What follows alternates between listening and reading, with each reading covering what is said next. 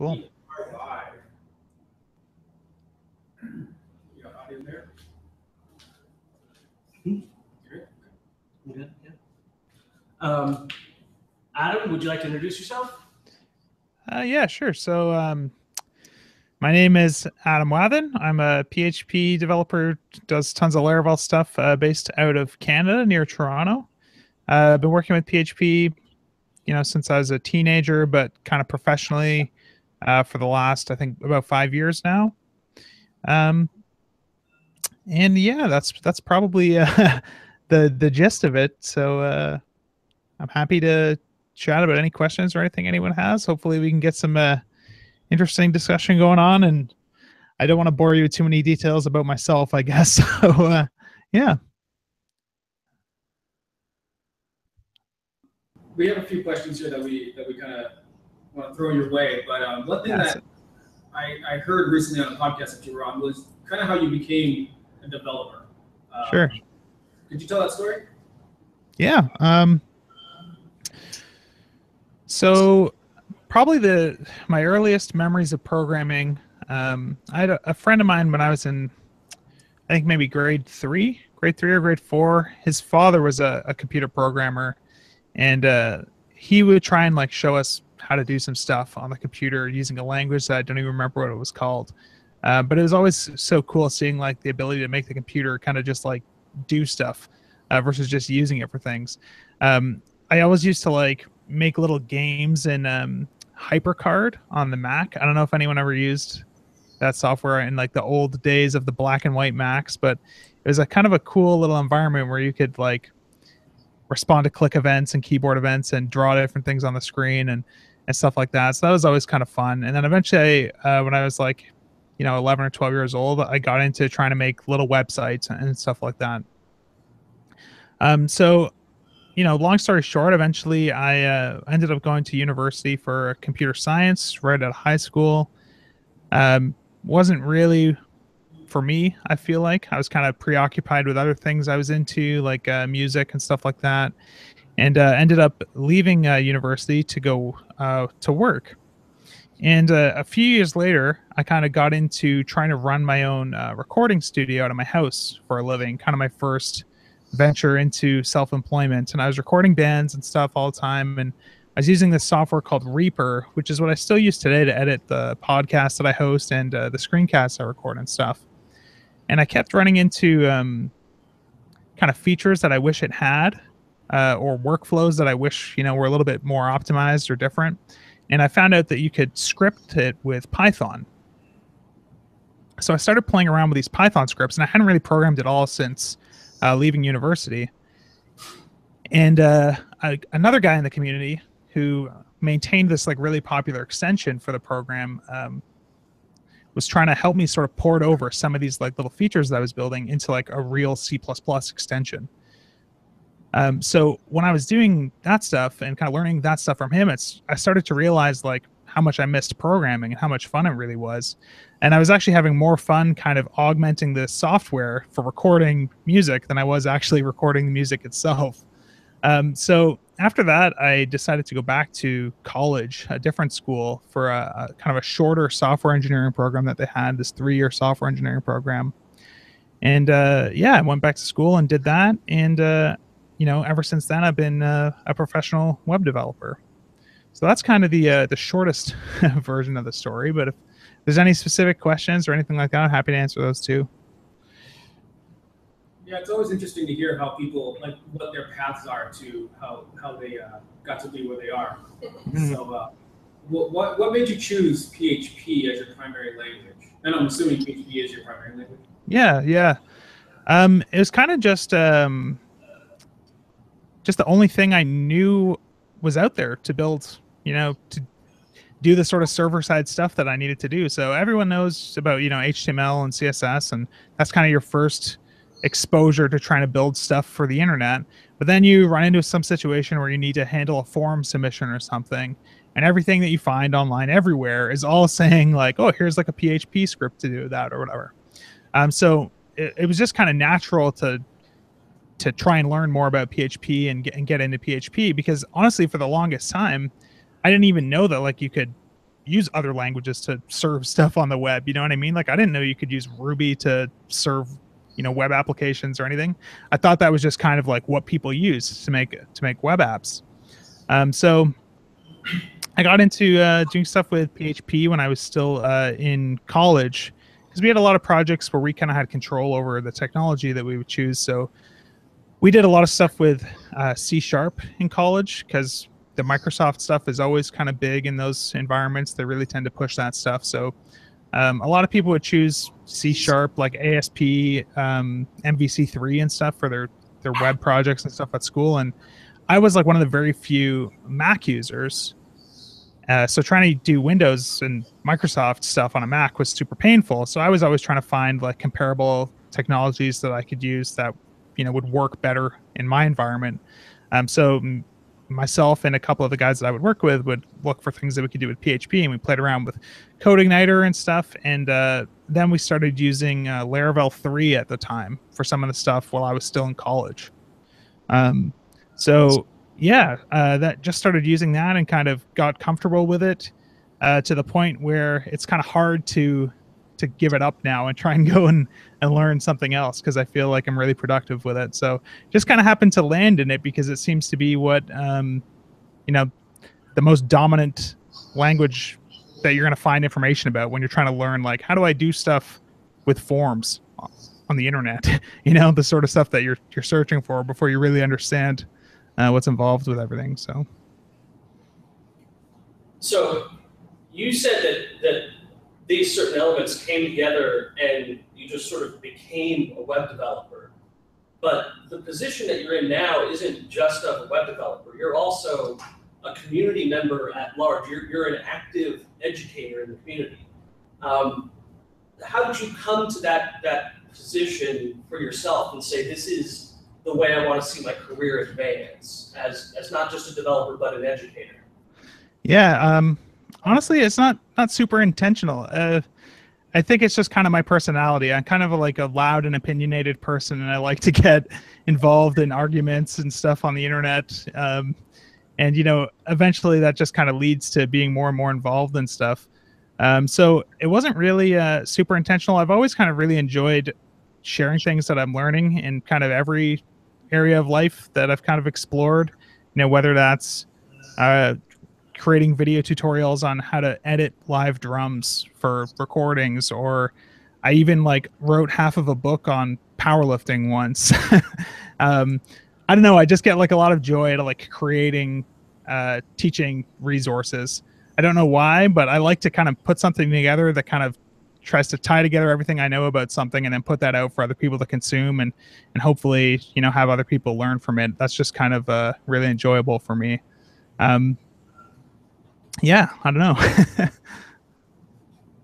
The two main I guess series that you've had were, or not series, but education materials were the Refactoring to Collections book and the testing series that you're going. Yeah. Yeah. Right. Yep. Yeah. Yeah, they're both really solid. Thanks. Look, when I read through that, it was a lot of like eye-opening. Oh, wow, I never thought of that way. A lot of neat little tips and tricks in there. Thanks. Testing series as well. So what really like inspired you to get into that testing series? Because I know that it kind of became some more than you thought it would be. Yeah. What was that first initial spark to say I'm going to make a educational resource around testing? So somewhere along the line, I heard about test-driven development and automated testing, and it's just like one of those really fascinating topics. This idea that you can write your tests before you write your code and have the ability to verify that your application works by just running a command on the console and stuff like that. And I've always kind of tried to pull information from other communities and stuff. So a community that I always followed really closely, it was the Rails community, and testing is a really, really big part of, the way people think about writing code over there. So I would hear about it a lot from following, the stuff that companies like Thoughtbot would share. And when I was trying to get started with it in PHP and kind of figure out the best way to do it with Laravel, I kept sort of running into I guess, things that you interpret as best practices from trying to piece together information that you see online and when people seem to be espousing in message boards and on Twitter and stuff, and just finding that a lot of that stuff wasn't working as well as, I believed that it should have worked.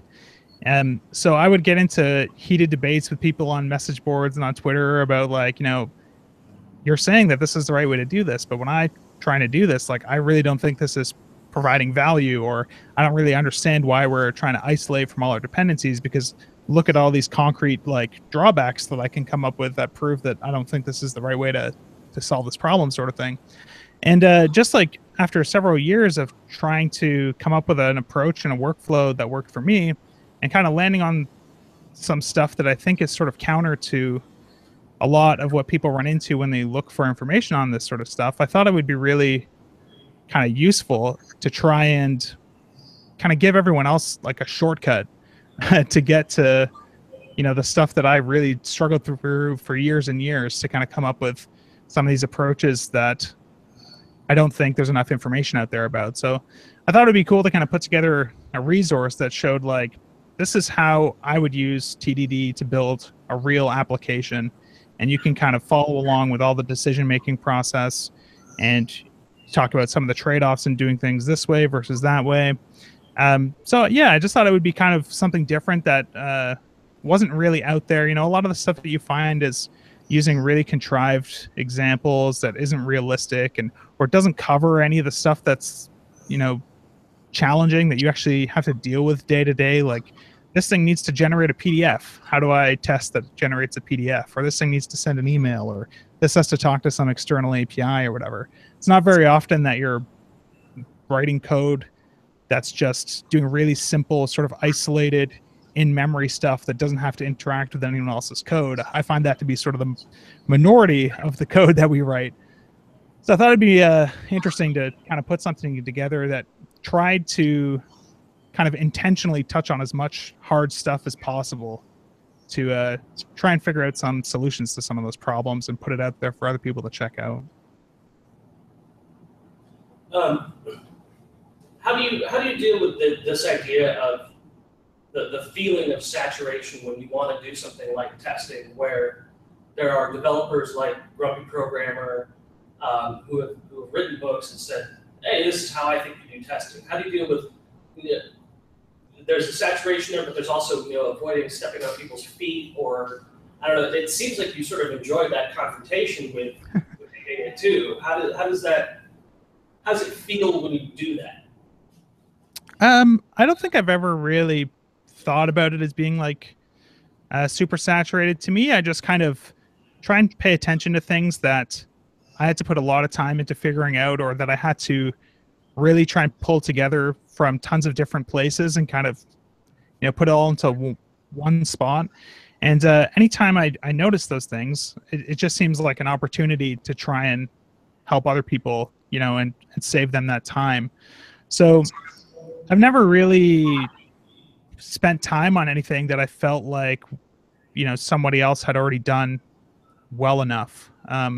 So I think, like, the difference, for example, with like the testing stuff that I'm working on is there's tons of books and resources out there that cover testing that are organized from kind of like a topical point of view, right? Like, here's a chapter on using test doubles. Here's like a chapter on integrating with third-party services. Here's a chapter on why you shouldn't test private methods or whatever, right? But I could never really find anything that was like, okay, here's how we apply this stuff in practice to building an actual application. So I thought there was an opportunity to try and do that. And it was the same with like the collections book. I haven't really seen any other sort of canonical resources that talk about that sort of thing that are geared towards, people in the PHP community, like some of these like functional programming ideas. And those were always really, really exciting to me when I was learning about them and kind of discovering them. And it still is super fun and exciting to me. So I wanted to be able to, put that together in a way that I could share with other people too. So I guess I don't really feel like I'm intentionally trying to step on people's toes or create things that are taking away from other people's markets or whatever. I just try and make the stuff that I wish existed when I was trying to learn some of this stuff. So some of that stuff already does exist, and I don't, regurgitate that stuff. But when there's stuff that I feel like could have been a lot easier for me to learn, I try my best to make it easy for other people to learn. Yeah, one of the I think the most useful part of the testing series is that it's one cohesive piece. So many times you like read a book and you're reading one chapter, and you get to the next chapter and they start over with another example, and you don't do that. You're building one application, you're going through, and then in chapter 7 or whatever you say, hey, now we need to refactor this because for whatever reason. And yeah, it's really cool. I like that. I appreciate that. Yeah, thanks. Yeah, I try to just make it as realistic and practical as possible. I know, there's not even a lot of great examples out there of kind of just open source,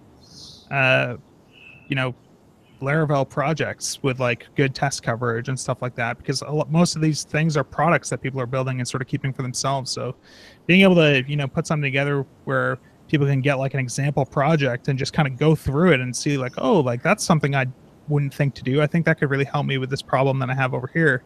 I think it's just a very different experience when you can see some of these ideas applied in a context that you have a lot of familiarity with already versus talking about things more in the abstract. Definitely. Does anybody have any questions? Yeah. Hello. Hey, how's it going? Yeah, this is Wahid. How did you migrate from CodeIgniter to Laravel? Because it's about 7 years that I'm using CodeIgniter, and for me, it looks hard to migrate from CodeIgniter to Laravel. Sure. So I never even built a full project with CodeIgniter. It was just something that I pulled down and played with when I was in college. So I never really got to experience trying to migrate like a full project from CodeIgniter to Laravel. When I was working at Titan Co, though, we had a SaaS application written in CodeIgniter that the company owned and managed. And we were constantly trying to slowly port that over to Laravel. And the solution, the way that we ended up kind of doing it, I think, if I remember correctly, was the first thing we tried to do was we introduced Laravel's container into the CodeIgniter project, and then just sort of slowly started going through different infrastructure pieces in the CodeIgniter app and figuring out how can we get that out of Laravel's container instead of through like CodeIgniter's kind of global service container thing that they had that was a little less flexible. I don't know where they're at with the project now, but I know the goal eventually, and we actually had this, was we had like a Laravel project that we created inside the CodeIgniter project. And we started trying to pull as much code out of the CodeIgniter stuff into just like a separate directory. And we actually had a lot of tests written in the Laravel app for the CodeIgniter stuff. And we were trying to just sort of figure out, okay, well, can we get it so that we can write new features as part of Laravel and figure out a way to dynamically dispatch like some routes to CodeIgniter and some routes to Laravel, but have them still share the same session and stuff like that. And our goal was just like, we kind of just decided it's not going to work if we try and just rebuild it in Laravel in parallel or something and then try and swap them out at the end of the day. The only way we were ever going to successfully migrate it over was to do a ton of kind of groundwork at the beginning to figure out how can we get these like into the same code base so we can sort of like start porting over like one endpoint at a time, you know what I mean? Or one piece of the application at a time, and have them kind of both in production living together until eventually there was like less and less CodeIgniter stuff and more Laravel stuff. So I don't know where they're at with that project right now, but that might be something to reach out and ask Matt Stauffer about maybe sometime if you want to pick someone's brain about that, because he built that whole CodeIgniter app and kind of leads the project now still, so he would know a ton about that too.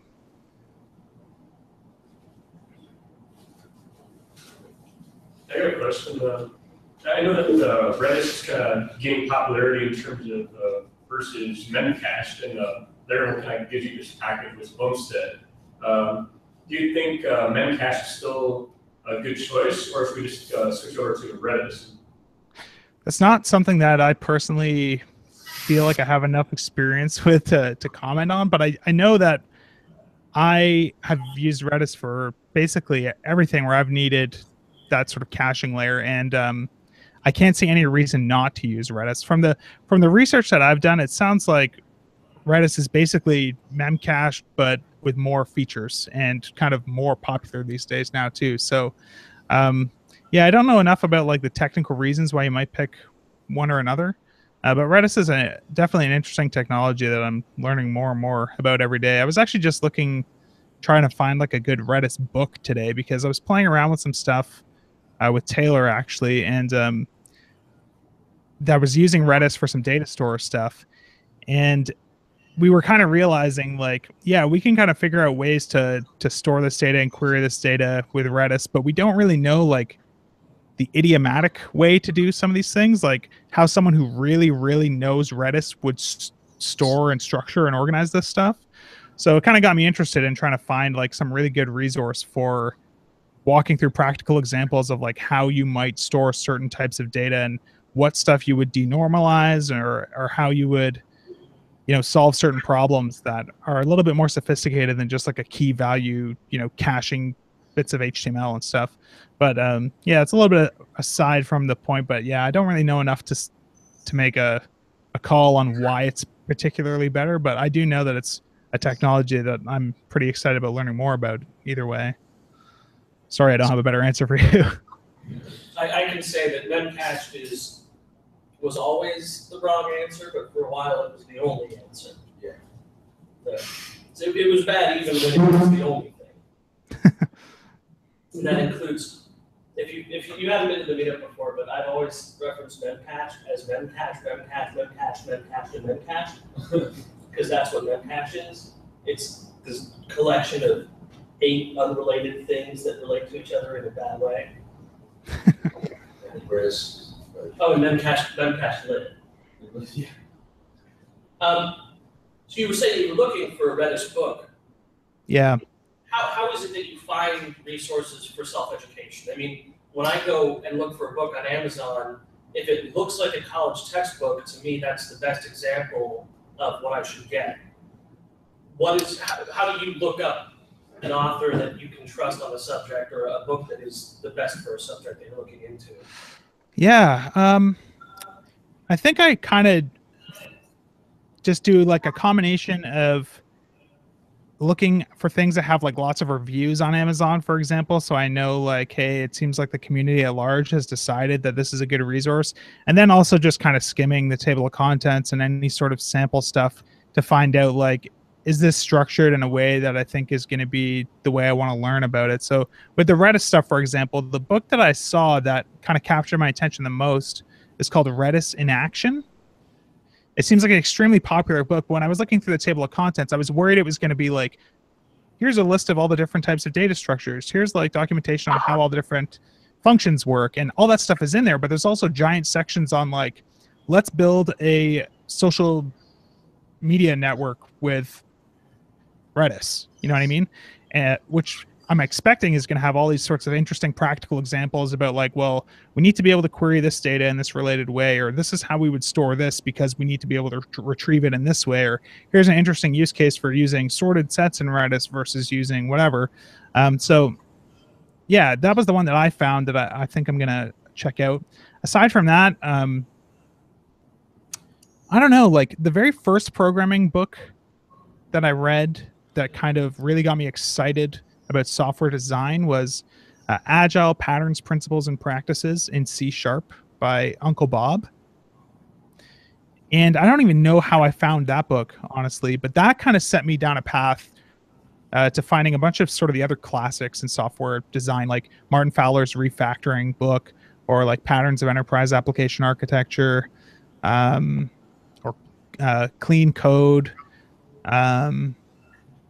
Code Complete is another good one. It's similar to Clean Code, but written by a different author. What are some of the other ones? Like Working Effectively with Legacy Code. Some of these kind of like heavy-hitting classics in that sort of object-oriented design space, where when you look on Amazon and you look at like people who bought this book also bought, you know, all those kind of good ones. Aside from that, I usually just kind of hear about stuff from other people raving about them or reviewing them. Like one of my favorites is Sandy Metz's Practical Object-Oriented Design in Ruby book. I don't even know how I heard about that, but it's almost impossible not to hear about it if you pay attention to the Ruby space at all, because everyone sort of praises it as, you know, the best resource out there for learning about object-oriented design in Ruby. So most of the stuff that I really like are some of those, you know, kind of big, well-known ones.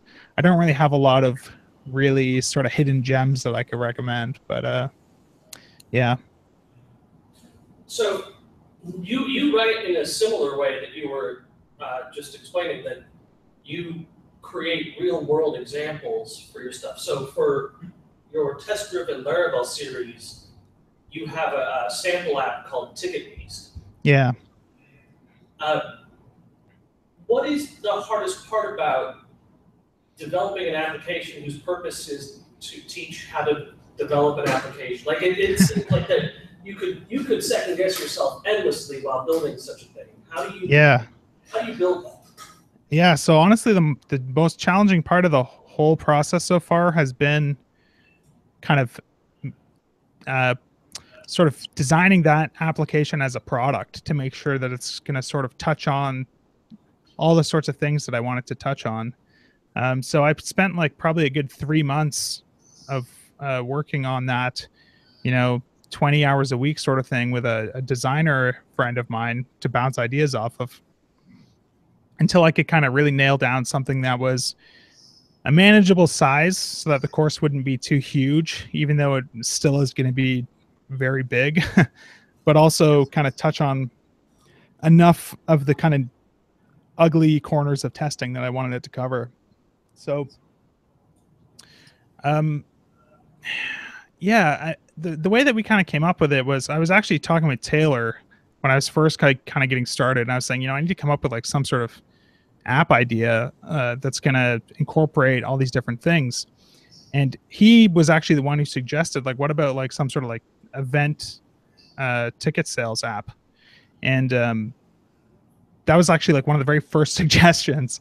So it was pretty awesome to get that so early. And then it was just a matter of kind of figuring out what was in scope and what wasn't. And you know, after a bunch of kind of iterations of playing with different ideas and deciding what was going to be there and what wasn't going to be there, we landed on this sort of like promoter focused kind of Gumroad for concerts sort of idea, which is almost like a cool product on its own, actually. But still small enough that it's not going to be like totally insane to kind of cover everything, but we'll still have, you know, enough of all the different pieces to hopefully cover the things that people want to learn the most about. So I kind of got lucky there with just getting a good suggestion from a friend, because I was definitely really worried about being able to come up with something that would kind of check all the boxes that I needed to check. Right. It definitely does. I see what you're saying, where it does hit all those points in a natural way. It's not very contrived. So yeah, and that's kind of what I wanted too. Like, it's easy to add features for the sake of trying to show how to test some particular type of thing, right? So I really wanted to avoid that if possible. I really wanted it to be as much like not trying to shoehorn different like testing ideas into the course, but more like, hey, we're going to build this like realistic thing that is similar to the type of project that you might work on at your job, and we're going to do the whole thing, you know, with TDD, whatever that means we need to do. You know what I mean? Whatever problems we run into, we will figure out a way to write a test for before we write the code. So it's kind of like an interesting journey. And for the first kind of couple of months I was working on it, I had this plan of kind of getting the whole app done beforehand and having like a demo set up where people could kind of play around with it and stuff before I actually released any of the content. But it was just going to take way too long, and I also felt like it was kind of cheating, because I think it's valuable to walk through the process. I stay a few steps ahead of all the videos and stuff, but I think it's useful to like design something that is the best solution based on the requirements that we have, and then maybe 2 modules later in the course we introduce some new feature that forces us to kind of rethink how we implemented something else, and figure out how to refactor that while still having test coverage. Just kind of skills that I think are valuable to have that are kind of more realistic than this sort of golden path, perfect, easy to get through from beginning to end sort of thing that you might find if you tried to carefully craft the whole thing, you know. So hopefully it's interesting for people to follow along with, and people are kind of picking up some new tips and tricks. So. Well, and it also follows your philosophy of building it simply, and then changing what you need to change when you need to change it, instead of for everything. Yeah, I think that's kind of one of the hidden sort of goals of the course, I guess, is it's marketed as a course on testing, but really it's a course on building applications using a test-driven approach, right? So it's not just going to be about how you do this and that with PHP unit. There's obviously tons and tons of just design decisions that go into how we factor the code and how we decide which methods should go on which objects and which objects should exist and stuff like that. So yeah, it's fun to be able to kind of take my workflow and thought process and kind of distill that down into something that other people can work through, for sure, and hopefully prove that like you can write well-designed quality code without getting too kind of lost in the clouds and feeling like you have to rigidly follow any of these like patterns or principles that you might read about on Reddit or whatever. I have like kind of a big philosophy that the most important thing to building kind of a maintainable code base is really just to focus on the little things in front of you. And if you kind of do a really good job at like the lowest, most microscopic level and really try and keep things clean the whole time, that's eventually going to bubble up into a system that looks well designed from a higher level as well. So yeah, trying to practice what I preach, I guess. So your editing on your videos is a not insignificant part of the quality of your videos. It isn't just thrown together. You've got a lot of effects and work in cutting your videos to be really well timed out and managing your code. So you're not just throwing auto completions on the screen. You're just cutting out elements.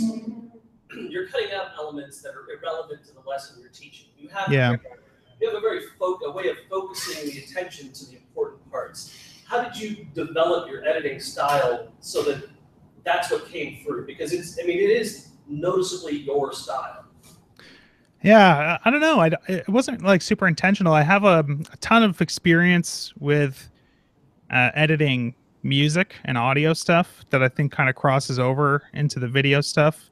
And I think a lot of it too comes down to just the way that I actually go and record the videos. So I know a lot of people try and take the approach of recording the video and then like trying to record themselves talking over it after the fact, or I don't even know how else people would do, like stopping and starting or trying to get it all right the first try. The way I usually end up doing it is I'll kind of give it a dry run through once and kind of make sure I kind of know what I want to do, and then I'll just record it, and I'll kind of go like piece by piece, and I might end up repeating the same section 11 times before I get it right, but I just kind of leave it recording the whole time. So I'll do the intro, which usually takes me like 3 tries, and then I'll kind of do the next section, and I try to be really careful about things like I make sure I don't use a cursor in my editor that flashes, for example, because that kind of makes it hard for me to do tight edits, because you might see the cursor all of a sudden pulse in a way that doesn't seem like the right timing. Or I make sure the menu bar is not showing so you can't see like the clock and things like that, so that it makes it a little bit easier for me to make it seem more fluid. But I just kind of leave it recording, and it might be a 20-minute video that I cut down to 8 or 9 minutes because I'm just kind of repeating each section as I go. And I try to be really careful about things like, for example, if I finish a sentence and then I maybe pause for 20 seconds or something while I'm trying to like think to myself, okay, how do I want to explain this next piece?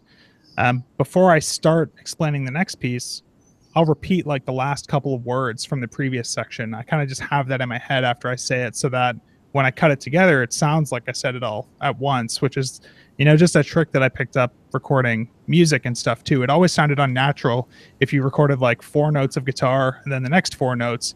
You always wanted to record like the 1 note before as well, so you picked up that little like transition in between.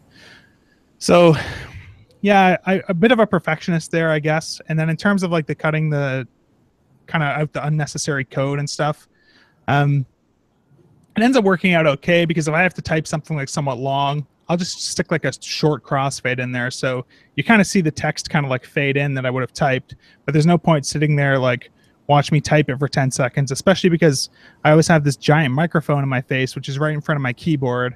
So I'm a touch typist, but like you still kind of glance down to get your bearings once in a while. And with the stupid microphone in my face, I can never see the freaking keys anyways. So I always have to be a little bit slower with my typing to try and make sure I'm not making tons of mistakes. And then of course I cut out stupid things like long running test suites. Like there's some tests in the course where we're actually interacting with Stripe and stuff that can take like 8 or 9 seconds to run. So there's no point in making people wait for that, or doing things with Composer or whatever. So yeah, just trying to like edit it down and listen back as I go and see like, okay, does that sound natural? And it always comes out sounding pretty good, I think. So yeah. So let's say for an 8-minute video, how much time are we talking about creating that before it gets published? Depending on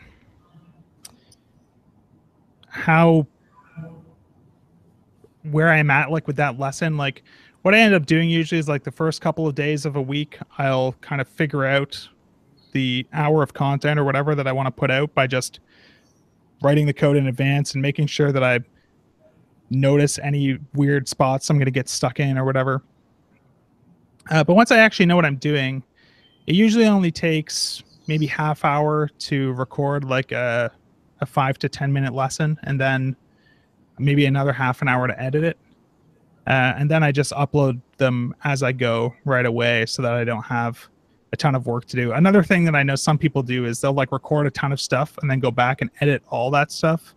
I think that makes it really painful. So I'd rather edit 5 minutes worth of video like 4 times a day than kind of leave myself with 2 hours of editing to do or whatever at the end of the day. It gets really tedious, and it also makes it harder to fix anything. Like sometimes I'll find myself in certain videos, maybe I make a mistake with something that I say that I don't really notice I said it wrong. Like maybe I'll say the wrong variable while I'm selecting something or something, and I'll just like try and record the audio over top of that as I'm editing.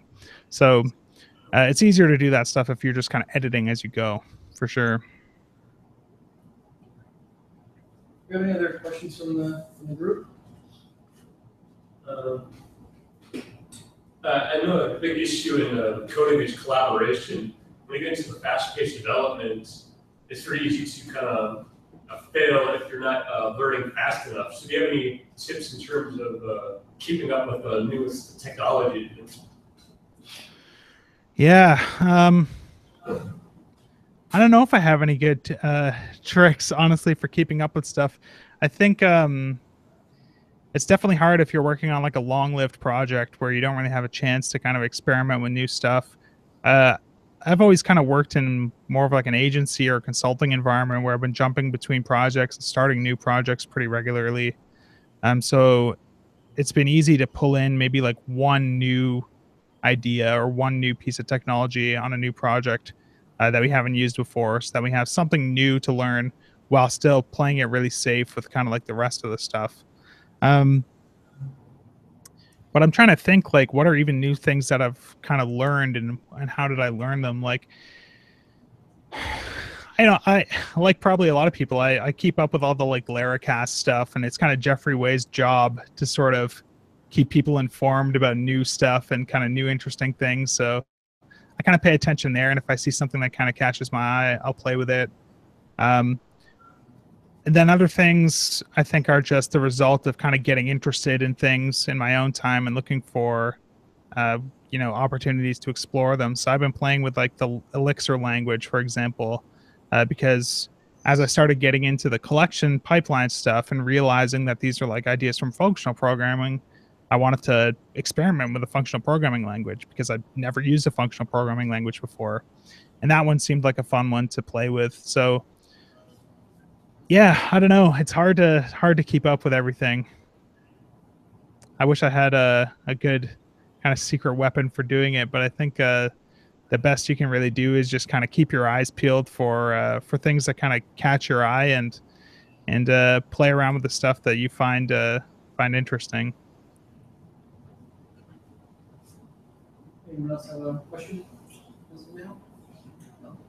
So you mentioned this is purely a technical question here. You mentioned your Sure. audio editing software earlier. Yeah. And as someone who does podcasting, recording, stuff like that, I was wondering, what is your equipment setup? What's your audio video editor? What's your mic preamp? Sure.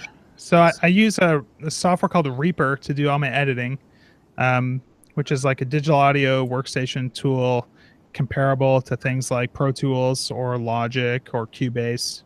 And it's actually made by this guy, Justin Frankel, who is the guy who created Winamp originally. And also like Nutella, which was like a peer-to-peer like file sharing protocol. So Winamp got bought by AOL, and then he left AOL eventually and started working on this Reaper tool. So it's like a really, really super hackable audio editing tool. I think of it kind of like Vim for editing audio. It's like crazy configurable. The out-of-the-box user experience is not great.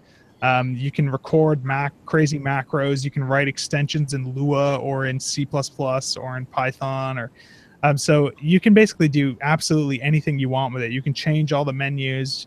You can reskin the whole thing. It's super, super flexible, but it also means it's like a lot of work to kind of build up a tool set that really works for you. So I have like a whole super customized kind of setup with that no one else really has, because I had to write half of the shortcuts and stuff myself and half the actions that I have shortcuts for. But I'm so comfortable with it now that I don't think I could ever change to anything else. So I use that for all my editing, even including video. So they just recently got like some kind of basic video editing functionality. And it's good enough for what I need, basically just being able to mix video files together and render video and crossfade stuff. And you can overlay text and stuff if you want to, but for my stuff, I don't even have to really do that at all. And you can write your own like video processing plugins for it with Lua that like can rotate the video or do all sorts of wild things. And then for my actual like hardware setup, I have a Shure SM7B, which is the mic that I'm using here. I have a Rode PSA-1 desktop boom arm, which is good, but I wouldn't recommend it if you're going to use this mic, because the way things attach makes it kind of limited in the positions that you can put it in. I had to go buy a bunch of different hardware from Home Depot and replace half the stuff that came with it so I could actually get the mic to face like sideways like this, because it only wants to face this way. I use a Triton Audio Fethead inline preamp because the SM7B is a really quiet mic and needs a lot of gain. And then I have a Focusrite Scarlett 2i2, just a little 2-channel USB interface. And yeah, that's kind of it. My actual space, I have a bunch of broadband absorbers on the wall. They're like insulation-based acoustic panels that I ordered from this company called Acoustic Panels Canada. A lot of people buy like foam and stuff. That's no good. You want like insulation-based stuff if you want actual stuff that's going to work. And then I have like moving blankets that I hang from like my drop ceiling around me as well to kind of kill more of the reflections and keep everything sounding kind of dry without a bunch of echo and crap. But that's it. Nothing too crazy, but probably a little bit more than some other people might go with. So a lot of it is leftover gear from the recording studio days. So it's not like I went all out overboard just to like record a podcast or whatever. So it's kind of fun to just kind of pull out some of that old gear and, you know, take this stuff way too seriously. So switching gears a little bit, I've attended the last 2 Laracons, and I saw you get up on stage when everybody else had slides, going through their slides, and you just started coding. Why is that? I just think it's more fun for people to watch. I know like most of my favorite presentations are really code heavy practical presentations. So probably like my favorite ones that I think are like the most engaging and the most entertaining. This guy, Ben Orenstein, who works at Thoughtbot, he always does live code too. He never does any slides. And I always thought it was like so cool to watch some of these presentations. Some of the best ones would probably be, I'll Google it right here and see if I can find one that I would recommend. He hasn't done as many recently, but he has like a lot of cool like refactoring talks that are all done with live code and Ruby and stuff. And he does it really, really awesome. So I wanted to try and do that with PHP. So the kind of presentations that I would give when I was kind of getting into speaking, I did a lot more slides and stuff. But eventually, you know, that kind of got boring and I wanted to try some of this live code stuff. And I'm fortunate that I think I managed to pull it off okay. It's hard to speak kind of eloquently while you're trying to code sometimes, but so far it's worked out fine. I also, honestly, it's easier for me to code and talk about code on the screen, like real code, than it is to try and deliver some sort of, you know, high level motivational talk, talking about like abstract theories or ideas or trying to convince people of things. It's way more natural for me to just like talk about real code and like share some ideas and kind of stick to super practical stuff than like trying to like be up in the clouds or whatever. So a lot of people, you know, will come up to me after talks and be like, wow, like that's crazy. I've never seen anyone like live code. I don't think I'd ever be able to do that. But I honestly, to me, that's a lot easier than trying to like stand up on stage and go through slides and like try and keep people's attention that way.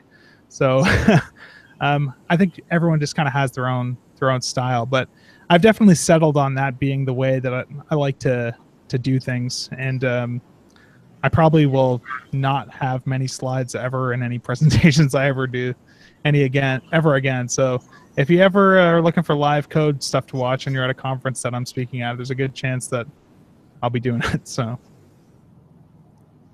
I saw that you're going to be at this year's Laracon again. Yeah. Have you revealed what you're talking about yet?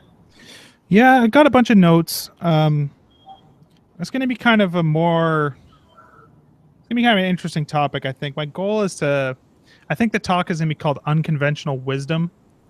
And it's going to be basically sort of like attacking best practices and showing examples of where I think they can go wrong and showing alternatives and trying to address like what is the fundamental problem with this solution that apparently makes it bad, and just try and like give a different perspective and try and balance things a little bit. So I put out like a blog post yesterday, for example, called Methods Are Affordances, Not Abilities, that is going to be similar to the type of content that I think I'm going to be talking about in the talk. Just like really trying to like question some of the dogma and get to the root of, you know, what the goal of some of these ideas are and other ways to accomplish those goals. So it should be kind of interesting. I'm not sure how I'm going to do it with live code yet, but I want to. So yeah, something kind of, you know, a little bit controversial maybe, but should be fun, hopefully. That definitely sounds interesting, and I'll be sure to keep Twitter open during and after. I'm sure it'll be even more interesting online.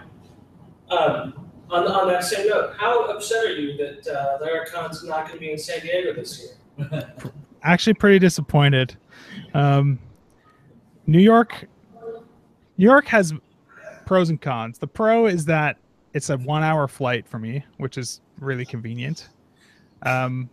But I've been to New York a bunch of times. I've only ever been to California once, and it was in San Diego, and I had a really good time. So I'd love to go back there again. And it would be fun to do like a conference somewhere where, you know, we're on the coast, you know, on the beach and stuff. So I don't know. Hopefully we can do a West Coast one next year maybe.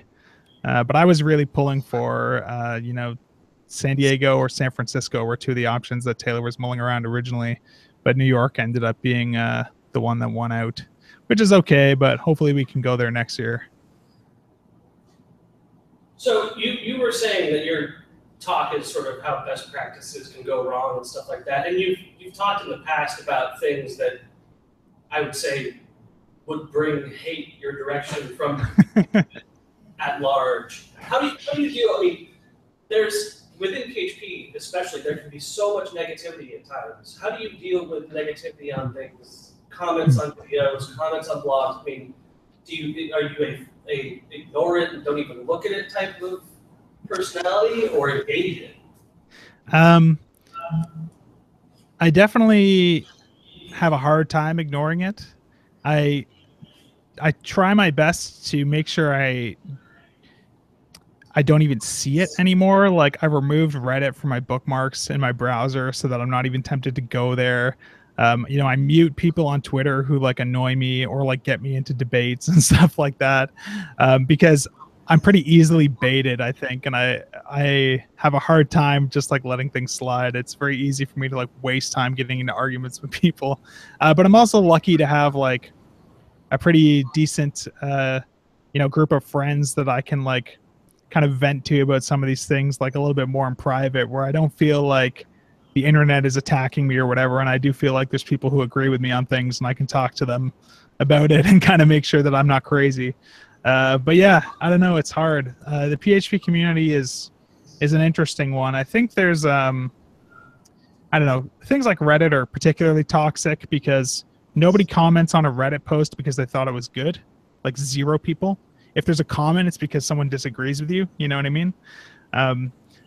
And that can be hard sometimes, especially when, like, I don't know, some people really think everything that they say is correct and like they have the answers to everything. But if you're just like sharing ideas on something that's like, I've been thinking about things this way lately, and so far it's been working out, but you know, I don't pretend to be an expert, and then people come and like jump down your throat and attack you. It can be kind of rough. So yeah, I don't know. Trying to develop a thicker skin. I think that's important for everyone to have if you're going to put your ideas out there. But it's hard. Yeah, that's definitely something that I'm kind of battling with for a long time now. I decided, or I said, like, I'm going to create my blog, put it out there, and start, you know, posting things. And I see people kind of just tearing down stuff on the internet, and it's like, maybe not. So yeah, my developer blog had one post that I shared to Reddit, and I never posted again. Yeah, I mean, it's really easy to focus on like negative comments. I mean, I'm trying to think of like some examples, but like, so I've given a bunch of talks, and you know, for the vast majority of my time, the talks are always really well reviewed, and I get a lot of like positive feedback, and you know, people really enjoy them. But even if 100 people tell me it's like was awesome and they're really excited to apply these ideas or whatever, if like one person says something bad, you know, it's so easy to throw away all the positive feedback and just focus on that one and really let it kind of ruin your day and ruin your attitude. So yeah, I don't know, it's tough. And the other thing is, like, you know, like I was saying, people are way more likely to give bad feedback than they are to give good feedback. It's like when you look at like TripAdvisor or something, and like you're looking for reviews for hotels. Like, I've never left a positive hotel review. I've never left a negative hotel review either. But you can bet, like, if I stayed at a resort and there was like cockroaches in the sheets or something, I would be leaving, you know, a horrible review. But if I had a great experience and it was fun, it also wouldn't cross my mind to leave a positive review. You know what I mean? It's just like not something I would think of. So I feel like everything out there from like a feedback point of view is all very slanted in like the negative direction. You're much more likely to hear about negative stuff than you are about positive stuff. So you have to kind of try and recognize that and understand that, like, for every positive or negative comment you hear, there's like, you know, 10 positive experiences that no one's ever even going to share, or at least try and convince yourself of that. Anyways, that's what I try and do. But yeah, it can be tough. Mandatory rating. I see what you're saying. People should be required to upvote things unless they. Any other questions pop up in the group? Can you give an example of best practices gone wrong? So the one that I've been thinking a lot about lately is dependency injection, because I think we have this like tendency in the PHP community lately to sort of inject dependencies for the sake of having the dependencies injected and sort of losing sight of what the fundamental goal of it is, right? So I've been doing a lot of so it's a topic that like people talk about a lot in PHP, but I never really see people talk about much in Ruby, for example. It's kind of like a weird edge discussion that comes up. And as someone who's like sort of learned everything I know by working with like PHP code bases, for the longest time I kind of thought like, well, what are you doing? Like if you're not injecting dependencies, like how are things getting things, or how is the data getting into things? Like what is the alternative? Like, you know, it's sort of like bred into you as thinking this is the only way to do things. So I started just looking around and trying to see like what other people were doing, and finding things like in Elixir, for example, the way that they recommend. So I actually interviewed this guy, Derek Pryor, who works at Thoughtbot and has been working on Phoenix projects in Elixir lately there. And I know that he came from a .NET background, which is like another ecosystem where dependency injection is like a big topic. So I asked him specifically, I was like, okay, so like you're going to know what I'm talking about when I'm talking about this dependency injection stuff. Like, why is this not a thing people talk about in these other communities or whatever? And we would talk about like a specific example of like, okay, well, say you have, you know, some module that sends email, and in production you want to send email via Mailgun, but in local development you want to send it to Mailtrap, and in your tests you want to just capture all the emails in memory or whatever. If you're not doing dependency injection, how are you swapping out that mailer implementation in each of these different environments? And the recommendation there is basically to use like service location, like we would do in Laravel, just using like a global reference to the container. They just have this module called like application, and you can hang different dependencies off of that, and it's a globally accessible module that you can get wherever. And in different environments, you just configure a different mailer module. So you just kind of reach into it as global configuration, and everyone's fine with it, and no one has any complaints, and the actual practical consequences of it are zero, because you can still swap it out in different environments, you can still swap it out for tests, but people like freak out about that in PHP for some reason. So just kind of like really trying to examine kind of beliefs like that and figuring out like, okay, well, what is it that people are afraid of, and is that rational, or is that like a paranoid sort of fear? And why is this, you know, alternative that people say is bad actually bad? Like, is there, what things can we do with this one solution that we can't do with this other solution? And just trying to kind of figure that out, and also like figure out what are the costs of going with this slightly more complex solution. For example, like, is there a design that would work if I used service location that's impossible if I use dependency injection?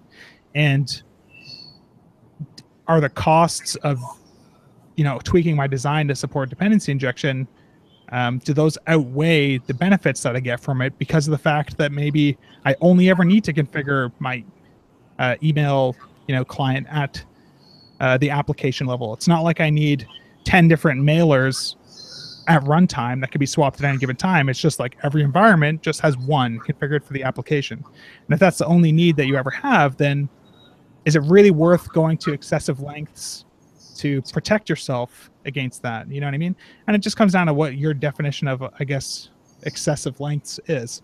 So yeah, that's one of the things that I'd like to talk about. Another thing is over isolation and testing, which I think is something that people think they're supposed to do. Focus on unit tests when everything talks to test doubles and nothing integrates with other real classes in your system, and kind of what some of the drawbacks are to that, and kind of rethinking some of that stuff. And another thing that I rail on all the time is like type hinting in PHP. I'm like a minority believer that there are consequences to that. So talking a bit about some of that stuff too, and like why I think sometimes it's not giving you the benefits that you think you're getting. Just like really intentionally picking things that are beliefs that are fundamentally part of the way we work, and sort of trying to attack them at like the root level and figure out like why we believe that, and is it actually valuable, and are there other ways to solve that problem, or what is the real goal of the thing that we're trying to achieve. So I don't know, it should be interesting. Hopefully. Do you think that the sort of register globals debacle that happened in PHP 4 created a sort of long-term hate for globals in general in PHP? I before project, so I never really knew what like the register globals thing even did. So is that like something to do with taking like post variables and get variables and stuff, and like making those just variables that exist in? Yeah, it was nightmarish. I think probably a lot of the reason the pendulum has kind of swung as far as it has in PHP is because obviously PHP as a language has like an extremely low barrier to entry, right? And it's very, very, very easy to write like extremely bad, hard to maintain code in PHP, because for a lot of people it's the very first language they learn, and they don't know anything about design. Like I can remember a time where I knew how to program, but I didn't know that there was this element of design involved in programming, if that makes sense. Like when I was programming, the only thing on my mind was like get the computer to do the thing that I want it to do. Like this element of like trying to do it in this flexible or extensible way wasn't even like something that occurred to me to think about. And I think like a lot of people when they get into PHP are also kind of in that place where like all their mental effort is going towards like figuring out what letters they have to type onto the screen to make the language do the things that they want it to do. So if you compare that to a language like Ruby or a language like Elixir, the barrier to entry is just like a lot higher, right? So a lot of the mistakes or a lot of like the bad design that happens in PHP that maybe is just a result of less experienced programmers just learning how to program with PHP because it's an easy language to start playing with.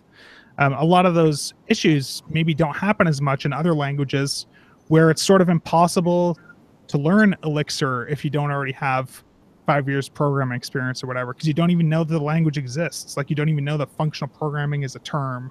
You know what I mean? Like there's just kind of that difference in like the barrier to entry, I think, affects how people perceive certain things. Maybe someone thinks like global functions are all evil because someone wrote a bad application that used global functions before, but it probably wasn't the global functions fault that the code was hard to maintain. It was that the developer was just learning how to program. You know what I mean? So yeah, I don't know. It's an interesting thing to think about and try and get to the root of, for sure. I think we've just got a couple more questions for you. Yeah. How excited are you for Laravel Dusk?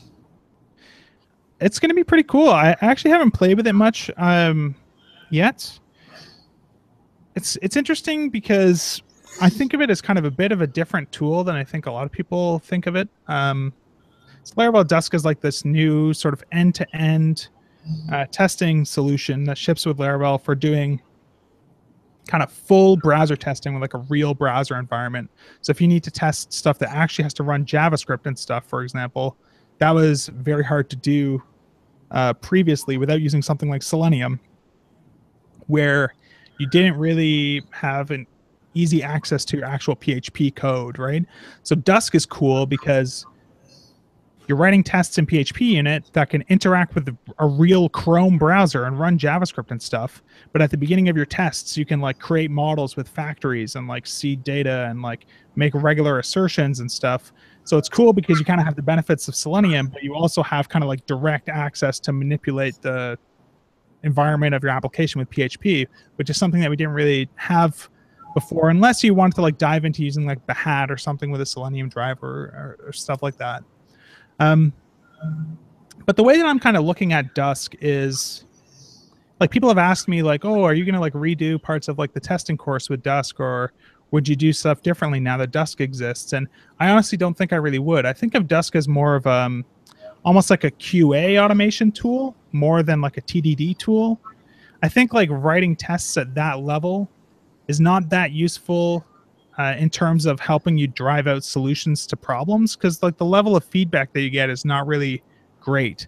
I would rather write tests at kind of like a more like a boundary where the kind of protocol that I'm interacting with my code is more kind of concrete, and that's why I kind of like starting at the highest level would be like the HTTP level, where I'm like making a post request, you know, and HTTP is like a fixed protocol, and like there's keys and values that I'm passing through, and it's very kind of structured and predictable, versus like the DOM.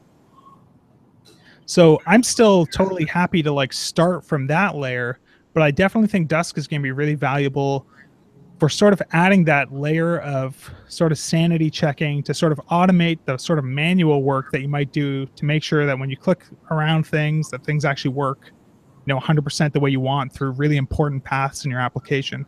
Of course, the tests are going to be a lot slower and stuff too, especially because I have to spin up real instances of Chrome. And I don't know what Taylor settled on, but we were trying to come up with a good solution for continuous integration with Dusk, because on like Travis and stuff, you can't open Chrome, you know, because it's just like a headless kind of environment. So you can use like Phantom.js, but Phantom.js is actually like surprisingly way slower than actually using Chrome, like 6 or 8 times slower, because it doesn't get like the GPU acceleration that Chrome does for doing all the rendering and all that stuff. And it's also just not an optimized version of the JavaScript environment. Like, it's just like an open source project. It's not like super expensive engineers at Google working on optimizing the WebKit and V8 engines and whatever stuff that I don't really understand. So it's just not as fast. So I think it's going to be really cool for kind of going through and adding some of this like quality assurance style testing to replace some of that manual process stuff.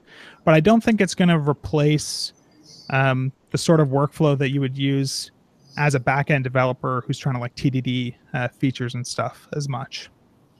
So really excited about it, but I don't think it's like complementary to what we have. I don't think it's like an improvement or a replacement for anything. It's like filling a hole where we had nothing before. So, yeah. Gotcha. One off question here. What's your favorite project that you've had a hand in building? That's hard to say. I mean, I have a really small SaaS app that I run called Nitpick CI that was really fun, that I'm pretty proud of, because it was sort of the first thing that I built sort of entirely by myself that I actually finished and launched and had people start paying money for. You know, it's very easy as a programmer to just kind of do just enough to kind of get, you know, the satisfaction that you need out of the project, but it's not really up to a caliber where other people would really use it or anything, and then just kind of like stop working on it because, you know, you're in just that last 1% of polish or whatever, and it's just not fun anymore. And I think that's what happens with a lot of people's side projects. So that was the first one where I really like forced myself to chug through it and get it done enough that I could put it up there. I also really like Valet. It was a really, really, really, really fun kind of project. Me and Taylor had like an awesome time kind of making that thing work. Yeah, those would probably be the two that like stick out to me as like the most fun and kind of most proud experiences I've had in like putting together projects. Lots of other stuff has been fun too, but those have been particularly cool ones. I'm a big fan of Ballet. Homestead made it a lot easier to get started. Just get going with something, with a project, an idea, and then Valet made it like 100 times easier than that. So Yeah. Yeah, I think the underappreciated feature of Valet is like the project detection stuff.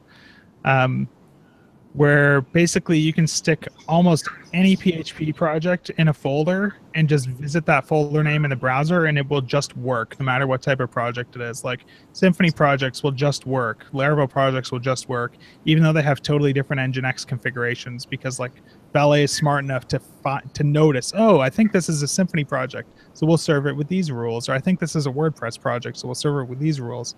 It's just kind of it's still crazy to me, like how magical and automatic the whole thing kind of feels. So, yeah.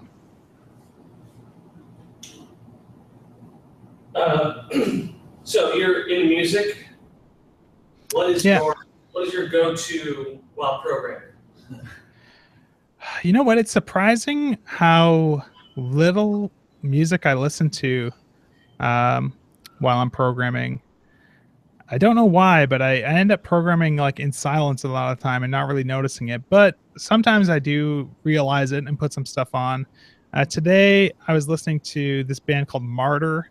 They're like a technical death metal band from Montreal that broke up a few years ago. I like a lot of really obscure metal stuff. A band like I was also listening to this band Theory and Practice today. That's like a obscure Swedish technical death metal band from the early 2000s. What else do I listen to? Okay, I can look through. I listen to a lot of like hardcore music and stuff too. So there's this band from Toronto that isn't a band anymore called Cursed that's I really like a lot.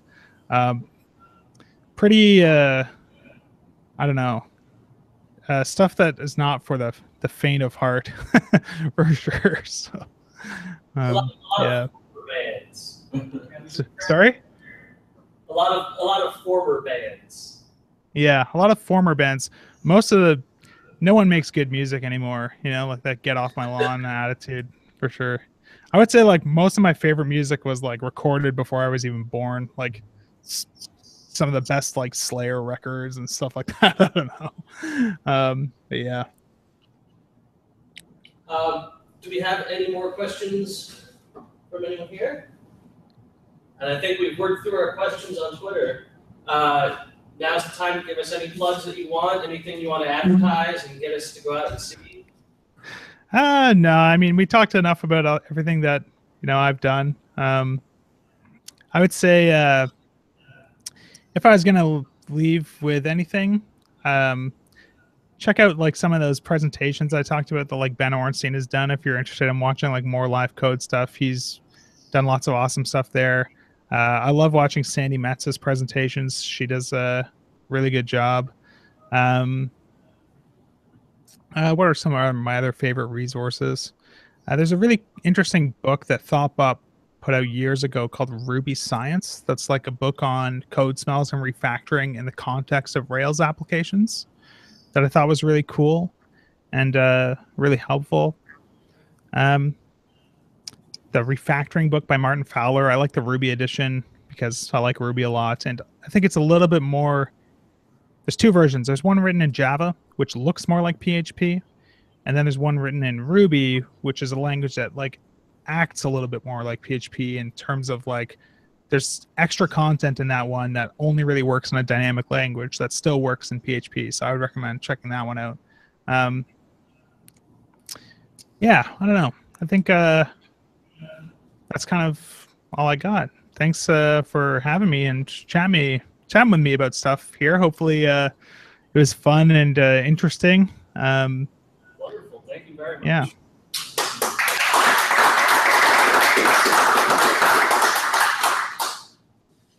And anything you want to add onto the show notes, just give us an email and we'll make sure it gets stuck onto the YouTube video and blog post about it. And, cool. We'll be talking with you later. Thank you very much. Sounds good. Thanks, everyone.